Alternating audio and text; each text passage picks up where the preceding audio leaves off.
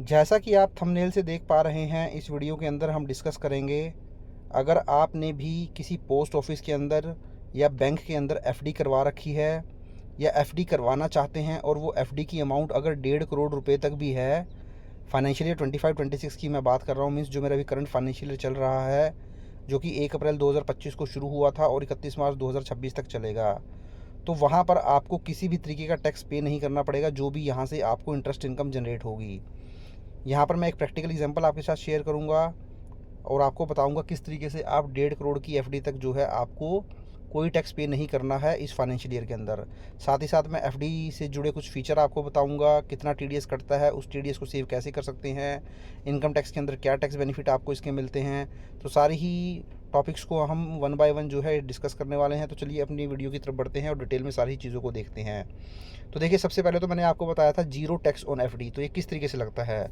तो देखिए, अगर आप फाइनेंशियल ईयर 25-26, जैसा कि मैंने आपको बताया कि मेरा करंट फाइनेंशियल ईयर चल रहा है, इस फाइनेंशियल ईयर के अंदर अगर आप न्यू टैक्स रिजीम चूज़ करते हैं, तो न्यू टैक्स रिजीम के अंदर अगर आपकी टोटल इनकम 12 लाख रुपए तक है, तो उस केस में फिर आपको सेक्शन 87A की रिबेट मिल जाती है 60,000 रुपीज़ की। तो जो 12 लाख तक आपका 60,000 रुपये टैक्स लगता है, वो रिबेट मिलने के बाद ज़ीरो हो जाता है। तो वो इनकम आपकी कौन कौन सी हो सकती है, सैलरी की इनकम हो सकती है, कोई इंटरेस्ट की इनकम हो सकती है, कोई आपको रेंटल इनकम हो सकती है हाउस प्रॉपर्टी से मिलने वाली। इसके अलावा कोई आपकी बिज़नेस की इनकम या कोई प्रोफेशनल हैं आप, तो प्रोफेशनल इनकम हो सकती है। तो ये सारी ही इनकम मिला के अगर आपकी 12 लाख रुपए तक है, तो आपको कोई भी टैक्स पे नहीं करना पड़ता है, क्योंकि आपको रिबेट मिल जाएगी। तो चलिए यहाँ पे एक एग्जांपल से हम समझते हैं। सपोज़ आपने एक सेविंग बैंक अकाउंट के अंदर एफडी करवा ली है 1.5 करोड़ रुपए की, और हम ये मान के चलते हैं कि उस एफडी के ऊपर जो आपको रेट ऑफ इंटरेस्ट मिलेगा वो 8% के हिसाब से मिलने वाला है पर एनम के हिसाब से।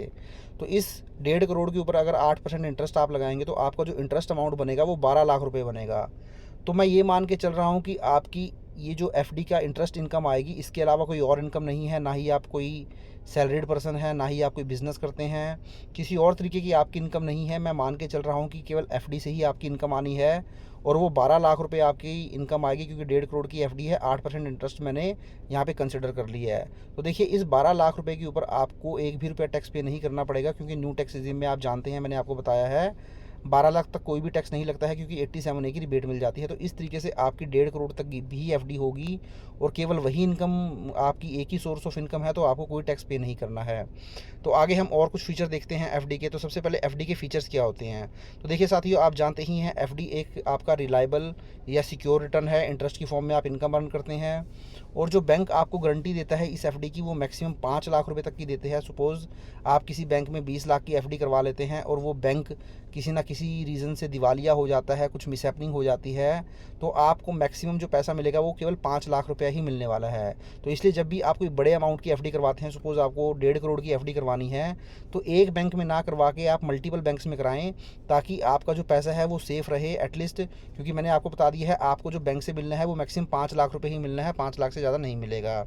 इसके अलावा 5 से 9% की रिटर्न जो है वो जनरली मिल जाती है। नॉर्मली तो 7% के आसपास ही बैंक से रिटर्न मिलती है, बट कुछ बैंक जो है 9% तक भी ऑफ़र कर देते हैं। वहीं जो फ्लेक्सिबिलिटी रहती है आपकी 7 से 10 साल तक की रहती है।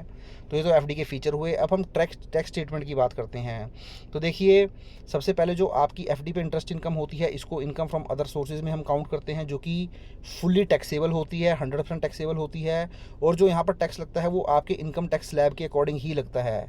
अगर आप ओल्ड टैक्स रिजीम में जाएंगे, तो आप जानते हैं 2.5 लाख तक कोई टैक्स नहीं, 2.5 से 5 5%, 5 से 10 20%, और 10 से ज़्यादा 30%। तो इस तरीके से न्यू टैक्स रिजीम में भी एक नया आपको इस साल जो है इनकम टैक्स स्लैब एप्लीकेबल हो जाएगा। 4 लाख तक कोई टैक्स नहीं है, 4 लाख से 8 लाख, फिर 8 से 12, 12 से 16, इस तरीके से आपका इनकम टैक्स का स्लैब जो है एप्लीकेबल हो जाता है, जो इंटरेस्ट की इनकम होती है। अब जो टीडीएस आपका एफडी के ऊपर कटता है, तो देखिए, अगर आपने किसी बैंक के अंदर एफडी कराई है और आप एक जर्नल सिटीजन है, मींस आपकी एज 60 ईयर से कम है, और वहाँ से आपका इंटरेस्ट की इनकम 50,000 रुपये पर एनम से ज़्यादा है एक बैंक से, तो देखिए ये जो 50,000 की लिमिट है, ये एक बैंक की लिमिट है। अगर एक बैंक से आपको 50,000 से ज़्यादा का इंटरेस्ट मिल रहा है, तो वो बैंक आपका टीडीएस डिडक्ट कर लेगा। वहीं अगर आप एक सीनियर सिटीजन है, तो सीनियर सिटीजन के लिए अगर ये जो 50,000 की लिमिट हमने डिस्कस की थी ये 1 लाख की है, मीन्स 1 लाख से ज़्यादा का इंटरेस्ट आप अर्न करेंगे और आप एक सीनियर सिटीजन हैं, 60 साल से ज़्यादा हैं, तो बैंक भी आपका TDS जो है वो डिडक्ट कर लेगा। TDS जो डिडक्ट किया जाता है वो 10% किया जाता है, बट अगर पैन अवेलेबल नहीं है तो 20% तक TDS डिडक्ट हो जाता है। और ये जो TDS काटा जाता है वो आपके 26 AS में रिफ्लेक्ट हो जाता है। जब आप अपनी इनकम टैक्स की रिटर्न फाइल करेंगे वो आपको वहाँ पर रिफंड हो जाएगा या आपकी जो टैक्स लायबिलिटी है उससे एडजस्ट हो जाएगा। तो ये जो TDS आपका कटता है आप इसको सेव कैसे कर सकते हैं, चलिए ये देख लेते हैं। तो देखिए यहाँ मैंने आपको यही बताया है, इवन आपका इंटरेस्ट 50,000 या 1 लाख रुपए पर बैंक से ज़्यादा भी है तो उस केस में भी आपका बैंक TDS नहीं काटेगा आपके ऊपर। अगर आपकी जो टोटल इनकम है, मींस इस FD इंटरेस्ट को मिलाकर जो आपकी टोटल इनकम है वो बेसिक एग्जम्पशन लिमिट से ज़्यादा नहीं है। तो ओल्ड टैक्स रिजीम के अंदर basic exemption limit 2.5 lakh, 3 lakh और 5 लाख है, क्योंकि 2.5 लाख जो है होती है वो जनरल सिटीजन के लिए होती है, 60 साल से कम जिनकी एज है। 3 लाख की लिमिट होती है सीनियर सिटीजन के लिए जिनकी एज 60 ईयर से 80 ईयर तक है, और 5 लाख होता है सुपर सीनियर सिटीजन जिनकी एज 80 ईयर से अबव हो। वहीं न्यू टैक्स रिजीम में जो लिमिट है 4 लाख की है। यहाँ पर कोई भी एज का चक्कर नहीं है, चाहे आप सीनियर सिटीजन हो, जनरल सिटीजन हो, सुपर सीनियर सिटीजन हो, सबके लिए एक ही लिमिट रहने वाली है 4 लाख रुपीज़। तो अगर आप सारी ही इनकम मिला के आपकी बेसिक एग्जम्पशन लिमिट क्रॉस नहीं करती है तो उस केस में फिर आप बैंक को, अगर आप एक जनरल सिटीजन है 60 साल से कम है तो फॉर्म 15G जो है फिलअप करके दे सकते हैं। वहीं अगर आप एक सीनियर सिटीजन है तो फॉर्म 15H जो है वो फिलअप करके दे सकते हैं बैंक को। तो बैंक क्या करेगा, इस फॉर्म को मिलने के बाद आपका TDS जो है वो डिडक्ट नहीं करेगा, इवन आपकी इंटरेस्ट की इनकम 50,000 और 1 लाख रुपये से ज़्यादा ही क्यों ना हो। तो ये चीज़ें आप ध्यान में रखें। उसके बाद देखिए टैक्स बेनिफिट क्या मिलता है आपको FD के ऊपर। तो टैक्स बेनिफिट की अगर मैं बात करूँ तो देखिए, अगर आपकी FD 5 साल की है तो 5 साल की FD के ऊपर सेक्शन 80C के अंदर 1.5 लाख तक की डिडक्शन आप क्लेम कर सकते हैं। वहीं आपको सेक्शन 80 TTB के अंदर अगर आप एक सीनियर सिटीजन हैं तो 50,000 तक का इंटरेस्ट की छूट भी मिल जाती है। पर ध्यान देने वाली ये बात है, दोनों ही डिडक्शन जो आपको मिलती हैं सेक्शन 80C और 80 TTB ये केवल आपको ओल्ड टैक्स रिजीम में ही मिलती है, न्यू टैक्स रिजीम में दोनों का ही बेनिफिट आपको नहीं मिलेगा। इसके अलावा कुछ मेरी तरफ से सजेशन मैं आपको दे देता हूँ साथियों। देखिए, जब भी कोई आप FD करवाते हैं तो हमेशा वो जो सोर्स ऑफ इनकम है, जैसे मैंने बोला आपको 1.5 करोड़ की आपने FD करवा ली, तो वो जो 1.5 करोड़ की आपने FD कराई है, वो जो 1.5 करोड़ आप FD करवा रहे हैं उसका आपके पास पूरे प्रूफ होने चाहिए वो पैसा आपके पास कहाँ से आया। ऐसा नहीं कि आपको किसी ने 1.5 करोड़ रुपया दे दिया और आपने FD करवा ली, वो आपने कहीं शो भी नहीं किया था, उसको इनकम भी नहीं दिखाया था, तो आपके पास नोटिस आ सकता है, फिर जवाब देना आपको मुश्किल हो जाएगा। अगर आप 30% स्लैब में ऑलरेडी फॉल कर रहे हैं तो आप अपने नाम से FD कराना इग्नोर करिए, क्योंकि वो जो इनकम आएगी उस FD के ऊपर उसके ऊपर भी आपको 30% टैक्स पे करना पड़ेगा। या वट स्लैब में आप फॉल करते हैं, 30 में नहीं करते 20 में करते होंगे तो आपको टैक्स पे करना पड़ेगा। तो इससे बेटर ये है कि आपके पास जो FD आप करवा रहे हैं उस FD की अमाउंट को आप गिफ्ट कर सकते हैं अपने पेरेंट्स को या फिर अपने मेजर सन को, और उसकी एक गिफ्ट डीड भी बनवा लें। सपोज़ आपकी मदर हैं वो वर्किंग नहीं है, हाउस वाइफ ही हैं, तो आप उनके नाम से FD करवा देंगे 1.5 लाख की और 12 लाख तक का उनका इंटरेस्ट आएगा। तो उस केस में आपकी मदर के ऊपर वो 12 लाख रुपए तक तो कोई टैक्स लगता नहीं है, तो कोई भी टैक्स आपकी मदर पे नहीं करेंगी।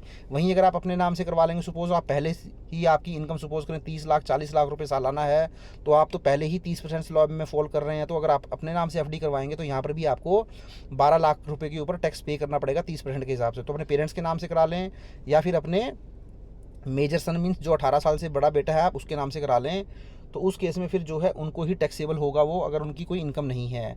वहीं अगर आप अपनी वाइफ से के नाम से करवाने जाएंगे या माइनर सन के नाम से कराने जाएंगे जो कि 18 साल से कम है, तो फिर ये आपकी इनकम ही मान ली जाएगी, क्योंकि क्लबिंग ऑफ इनकम के प्रोविज़न एप्लीकेबल हो जाएंगे। तो इसलिए आप अपने मेजर सन या अपने पेरेंट्स के नाम से ही FD करवाएं अगर आप टैक्स बचाना चाहते हैं लीगली।